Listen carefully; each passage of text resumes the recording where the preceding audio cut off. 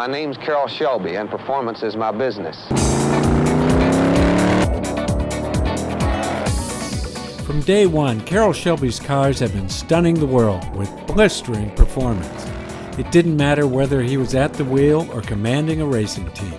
Shelby was destined to win.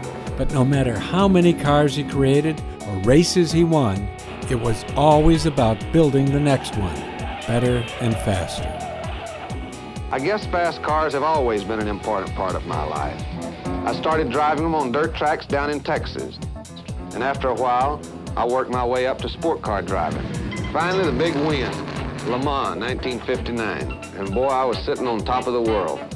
Shortly after that, I became a retired race driver. But I had an idea. You might even call it a dream. It was to build a sport car that, first of all, more people could own and enjoy driving, and second, that could race under American colors and maybe prod the old established names a little bit. Having practically no capital, I started off. First, the AC Car Company in England produced a good basic chassis and body, but had no engine source. On the other hand, Ford Motor Company over here was just in the development stage of a promising new high-performance engine.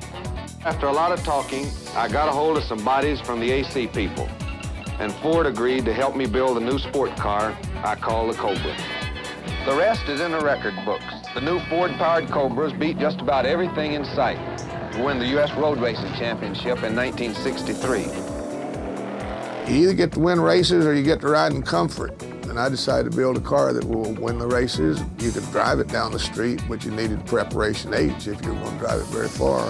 We originally wanted to build 100 of them, and we built 100, and then the demand was so we built another 500, and then we put a 427 engine and a new chassis, the first chassis designed on a computer. They did it at midnight because nobody at Ford would put up the money at that time to design a new car, and we knew that we better come up with something pretty good. A powerful new engine gave the Cobras lightning acceleration, but also meant the cars needed to be beefed up to take advantage of the increased power and torque. While designed for racing, some were sold as street-legal cars that could be raced. These were the fastest street cars anyone could buy, but you had to know what you were doing to keep the Cobra from biting. Shelby's Cobras were nearly invincible in America, and he would eventually gear up to take on the world. I wish I could live forever because I'd still be building cars.